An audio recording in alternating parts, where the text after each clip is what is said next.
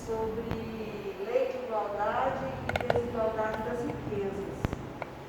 Este tema está em O Livro dos Espíritos, especialmente na última parte que se refere às leis morais, né? Lá tem várias leis, lei natural, lei da igualdade, né? Lei da justiça, do amor e da caridade, lei de adoração, destruição. Então há vários lá temas interessantes que Kardec tentou desenvolver de forma até meio filosófica com os espíritos. Então é mais ou menos isso que nós vamos conversar e tentar verificar como é que está essa discussão hoje em dia, né, através das ciências, né, que já estudam também essas questões, e aí a gente compreender um pouquinho o que vem a ser igualdade, o que vem a ser diferença, diversidade e desigualdade, que às vezes a gente coloca como sinônimos ou opostos, mas a gente vai tentar entender aqui um pouquinho como é que funciona,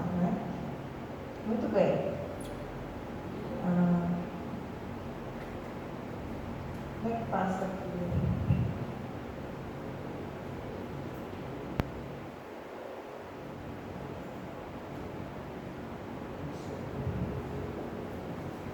Bom, há uma tese que a gente vai defender aqui, é que parece até um paradoxo, né? Uma coisa assim estranha, que é: somos iguais, mas somos diferentes.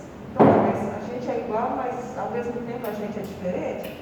É exatamente isso. Então, em que nós somos iguais, em que nós somos diferentes? E aí, gente, a gente vai perceber que existe uma realidade fática. O que é a realidade fática, né? É a realidade do sensível, do visível, do tangível.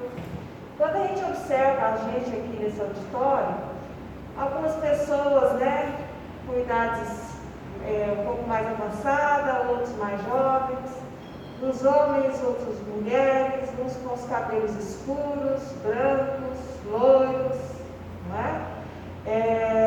Temos aqui diferentes estaturas.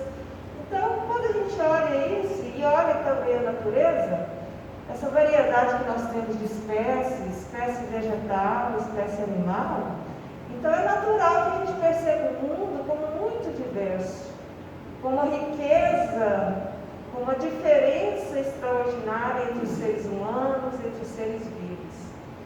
Então o mundo, ele é diverso. Ele não é um mundo que me espelha. Ele não é um mundo que às vezes a gente gostaria que fosse como a gente o desejasse, né?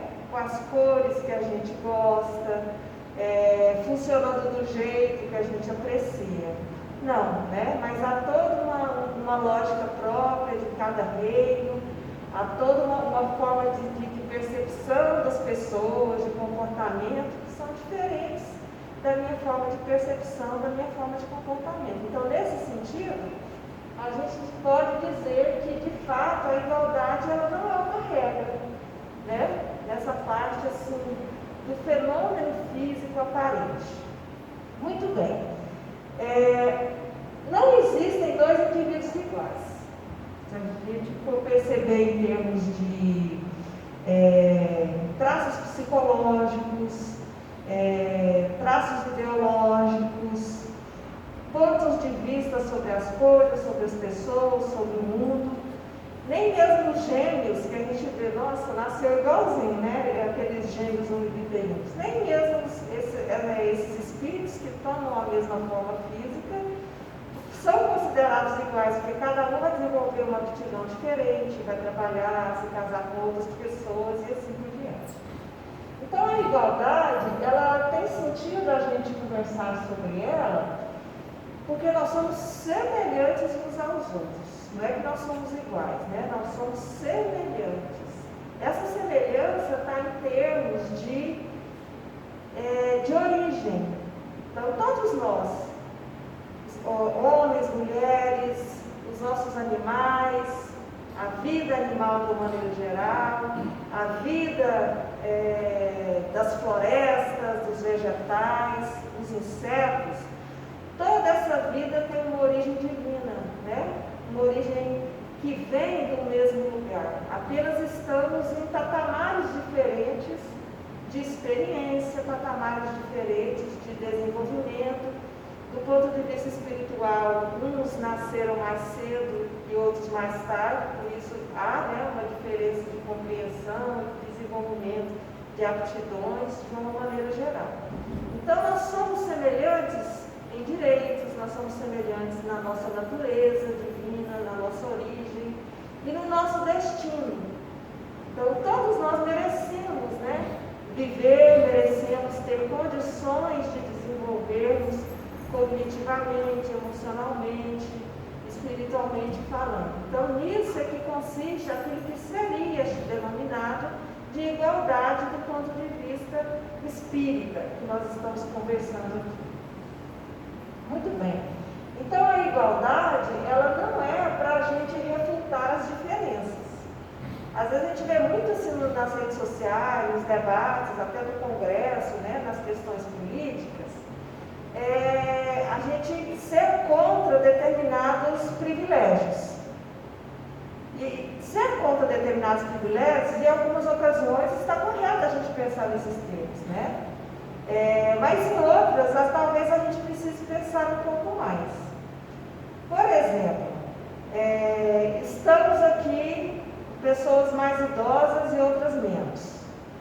Se essa pessoa mais idosa ela tem necessidades especiais que são diferentes da nossa, elas podem e devem ser tratadas de forma diferente, mas para beneficiar ou compensar essa inabilidade ou essa necessidade especial.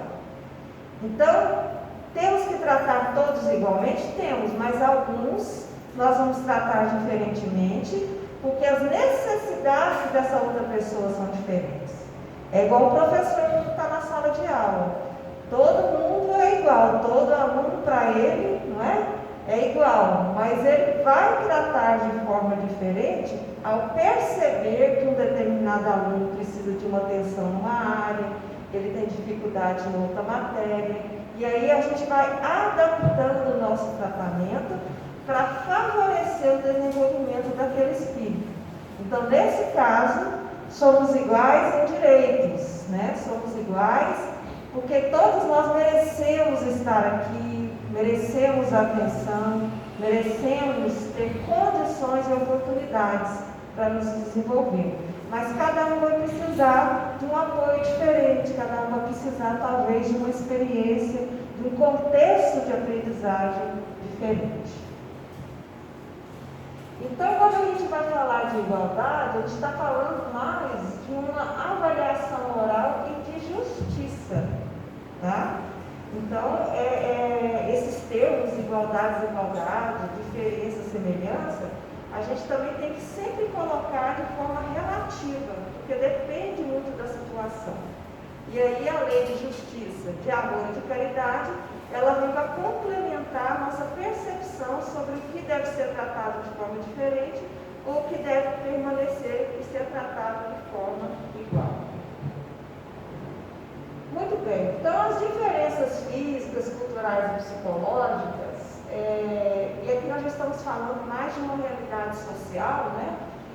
Elas são ligadas a posições de poder que levou a uma certa desigualdade de direitos.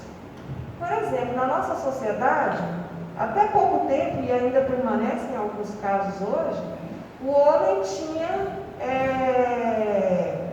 vamos dizer assim, por causa da força dele, ele se sobrepunha à mulher em termos sociais. Então, por exemplo, mulher não podia casar sem permissão do pai. Às vezes, em alguns lugares, elas não podiam nem ter direito à herança, tinha que ser o irmão, né? Então, assim, na Grécia Antiga, até os maridos poderiam dar cabo da vida das mulheres se ele achasse que ela não estava se comportando muito bem. Então, assim, o poder, especialmente o poder físico, o poder político e o poder econômico, desencadearam várias desigualdades que, pela lei de igualdade que a gente estuda no Livro dos Espíritos, não tem razão de ser, né?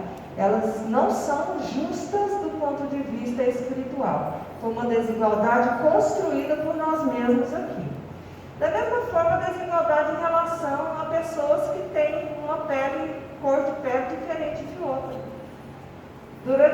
XIX, e até a igreja achava isso, que as pessoas negras eram consideradas mais impuras ou mais inferiores.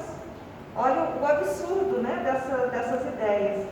E aí, por exemplo, os jesuítas também acreditavam que os indígenas eram almas que precisavam ser salvas e que não tinham direito a realizar ou a cultuar vamos dizer assim, toda a dimensão espiritual através de uma religião diferente que não fosse a do cristianismo. E aí catequizaram os índios, né? Eles vieram aqui para catequizar, ou seja, mudar a forma dos índios se relacionarem com o sagrado, com o místico. Tudo isso o quê? Baseado na percepção de que a gente era melhor, né, do que os outros, né? Que o branco era melhor do que o outro, que o europeu era melhor do que o indígena, que o homem era melhor do que a mulher. Hoje em dia, né, o americano às vezes é melhor que o sul-americano. Então a gente vai estabelecendo essas diferenças apenas para atender a um desejo nosso de poder, de ficar acima de outras pessoas, tá? Então essas diferenças, essas que eu estou falando especificamente, não daquelas que nós já comentamos aqui, das necessidades especiais, né, das diferenças, gostos, preferências, mas essas diferenças que estão no campo da relação injusta de poder, essas sim nós devemos combater, porque elas não são naturais, elas são construídas socio-historicamente por nós mesmos. Então são essas diferenças que nós temos que refletir e tentar abandoná-las, tá? Kardec tem, né, no livro lá dos Espíritos, na questão 803, ele fala o seguinte, né, diante da pergunta: perante Deus são iguais todos os homens? Sim, todos tendem ao mesmo fim, Deus fez suas leis para todos. Então a igualdade é um princípio geral em a natureza, segundo Allan Kardec. Então todos os homens estão submetidos às mesmas leis da natureza. Nenhum homem concedeu, Deus a nenhum homem concedeu superioridade natural, nem pelo nascimento, nem pela morte. Todos aos olhos são iguais. Então, a gente não tem que ter dúvida em relação a isso, né? Todos nós espíritos, e aí eu até acrescentaria, ele usa muita palavra homem no sentido de falar do ser humano, mas eu também diria, os animais também têm seus direitos, né? O meio ambiente também tem uma importância muito grande diante, né, da nossa existência aqui, e, portanto, a gente tem que conviver de forma harmoniosa em que todos, né, possam ter uma vida digna e ter condições de se desenvolverem do ponto de vista espiritual. Kardec também, em Obras Póstumas, ele pega, de certa maneira, aquele lema da Revolução Francesa. A gente contava lá na escola, estudando história, não sei se vocês se lembram disso, mas a Revolução Francesa, em 1789, foi um grande movimento de mudança de regime, né, em que se questionou se os monarcas realmente tinham sangue azul e se eles eram diferentes dos demais, né? Porque tinha muito isso, né? No passado as pessoas achavam que os nobres eram melhores do que os plebeus. Eles tinham sangue diferente, eles eram criaturas melhores, né? Pelo simples fato, né, de se autodeclararem aristocratas, de terem mais dinheiro, terras e etc. Então, na Revolução Francesa há um questionamento forte sobre isso, a monarquia derrotada, né? E aí é que pela primeira vez no mundo se começa a falar dos valores de igualdade, liberdade, né, e fraternidade. Então, Kardec lá, ele diz, né, que o Espiritismo sempre terá vínculos com os ideais igualitários. E aí nós estamos falando da igualdade, né, especialmente a igualdade social, a igualdade política e de direitos. Na questão 804, ele também diz o seguinte, onde se explica a diversidade de graus de experiência alcançada pelos espíritos, pelo exercício do seu livre-arbítrio. As diferentes encarnações, as diferentes escolhas e investimentos intelectuais seriam explicação para as singularidades visíveis em cada ser humano. Então, aquela igualdade, ela não dispensa também nós enxergarmos essas diferenças, essa diversidade que vem do exercício do nosso livre-arbítrio. Então, provavelmente aqui, eu sou uma pessoa de 56 anos, mas pode ser que tenha o espírito de uma criança de 10 anos, que é muito mais velha em termos de criação do que eu.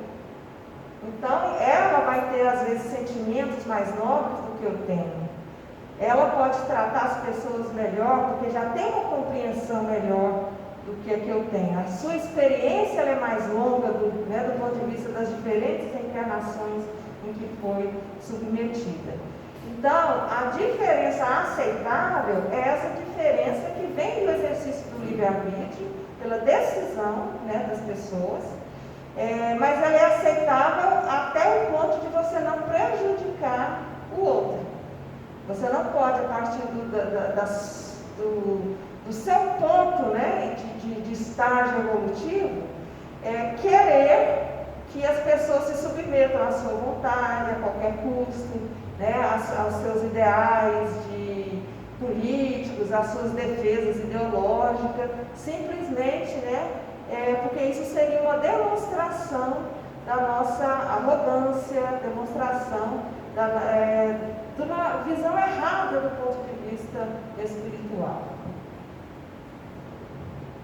Com relação à desigualdade das riquezas, Kardec também faz ali as suas pontuações. Então, para ele, não há mal em haver uns mais ricos do que outros.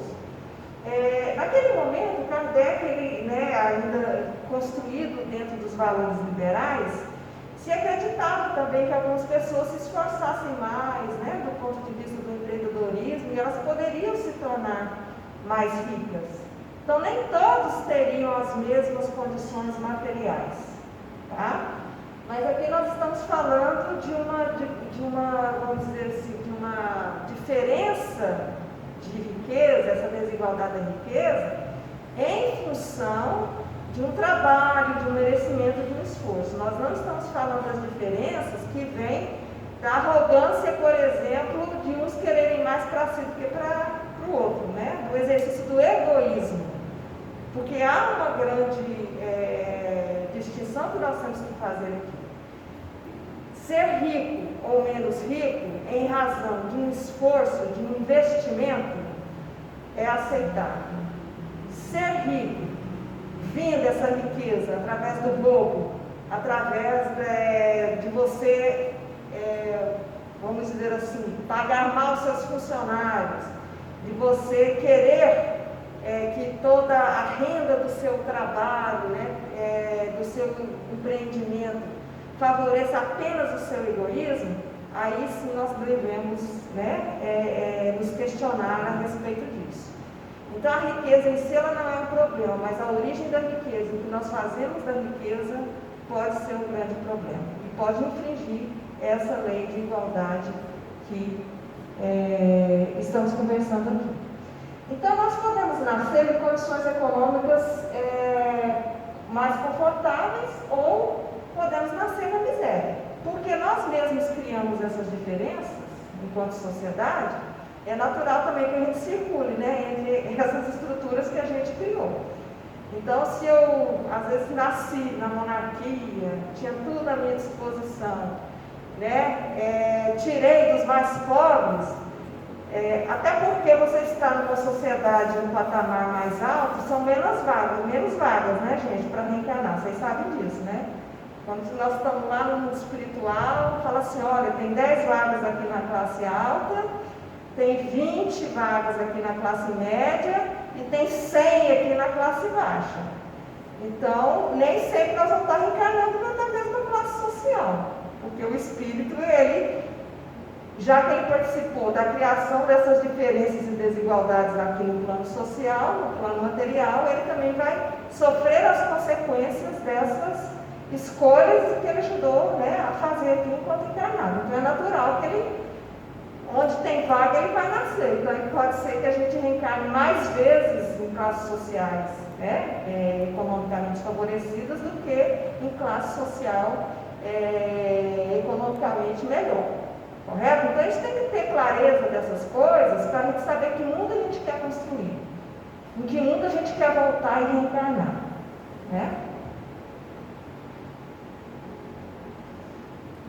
Questão 811, Kardec ele não acredita na igualdade absoluta das riquezas, e hoje em dia, nenhuma teoria social acredita muito nisso, né? Por mais que você hoje pegue toda a riqueza do mundo e distribua igualzinho para cada um, daqui um mês, daqui 2 anos, cada um fez coisa diferente, empregou diferente a sua riqueza. Um, por exemplo, pode ter pego tudo e distribuído para aqueles, né, para obras sociais, e ele mesmo ficou pobre, depois por uma questão de escolha mesmo, né, de altruísmo. Outros por imprevidência, às vezes ficam pobres por imprevidência, né? E outros vão ficar mais ricos porque enganaram os outros e tomaram dinheiro deles. Então, assim, é muito difícil a gente ter um cenário em que há igualdade absoluta das riquezas. Mas nós não podemos, em razão dessa constatação, deixar de lutar para que essas desigualdades não sejam gritantes e não permitir que as pessoas tenham uma vida sem dignidade.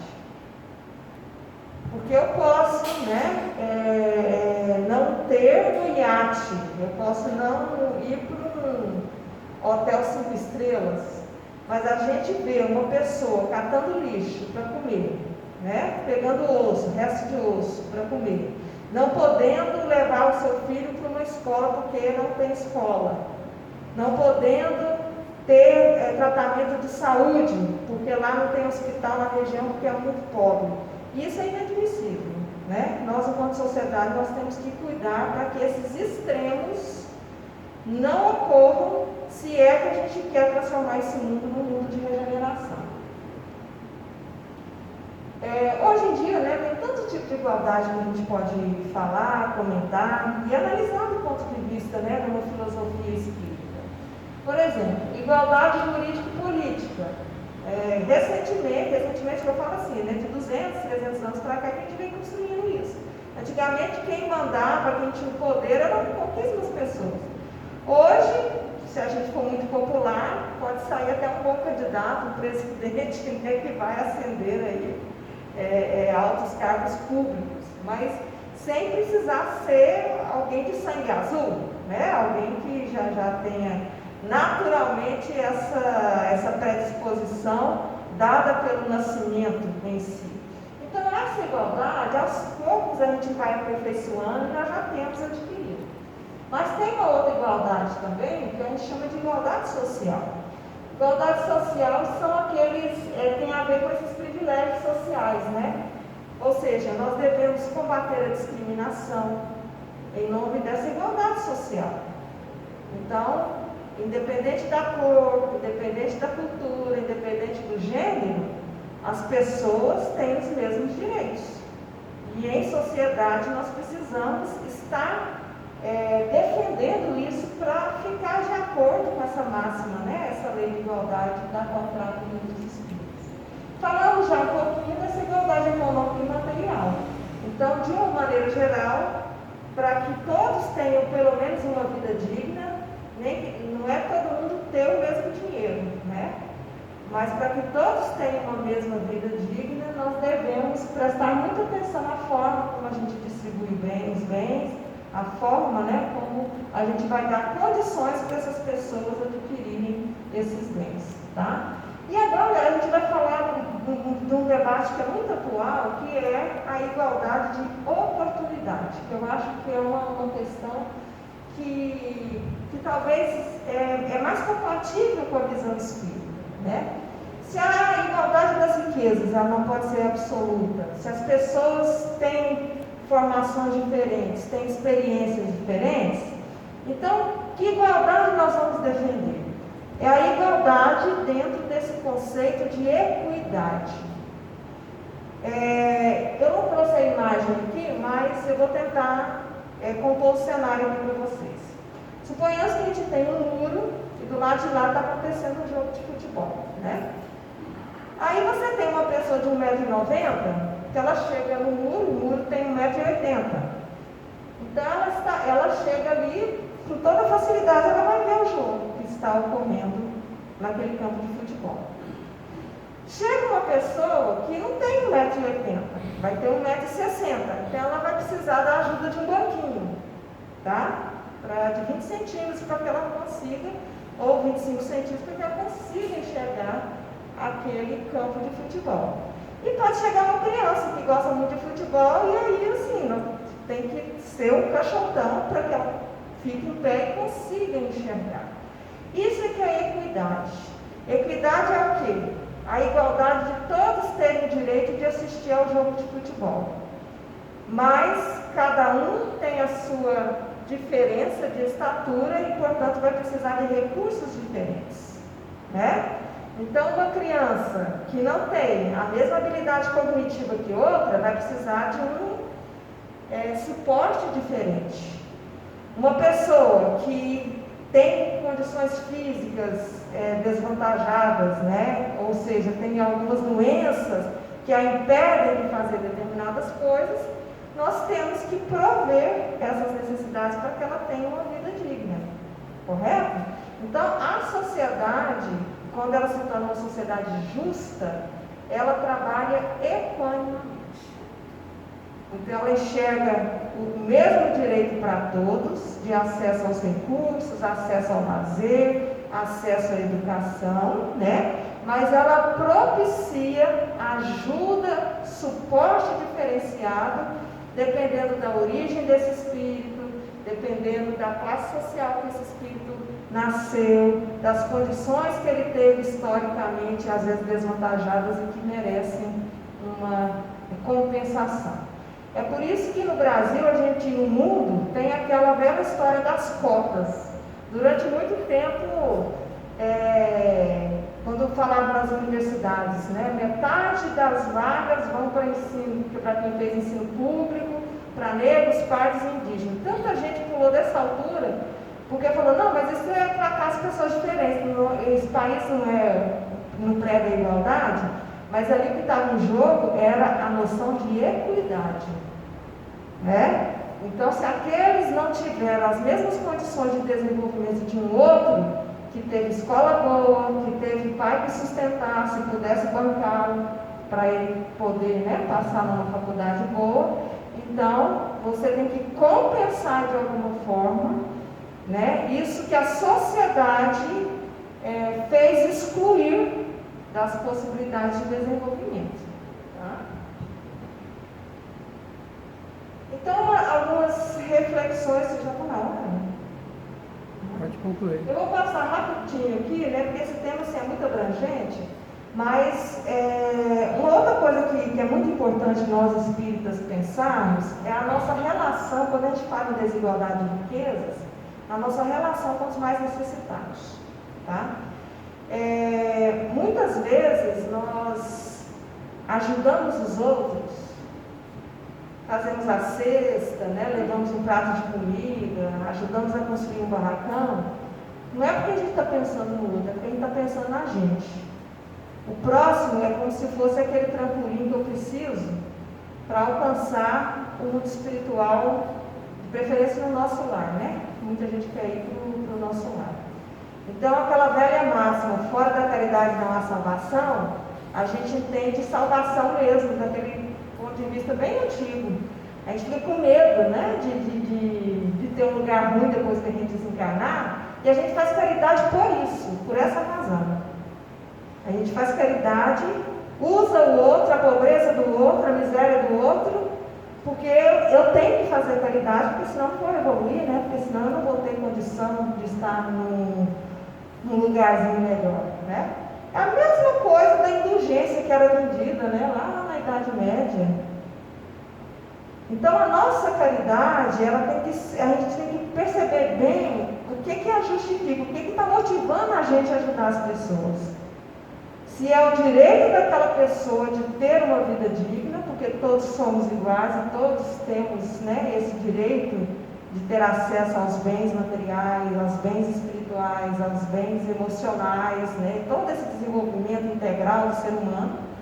Então, a gente faz em solidariedade, como forma de empatia, de reconhecimento desse direito, ou a gente vai fazer caridade pensando na gente de forma egoísta.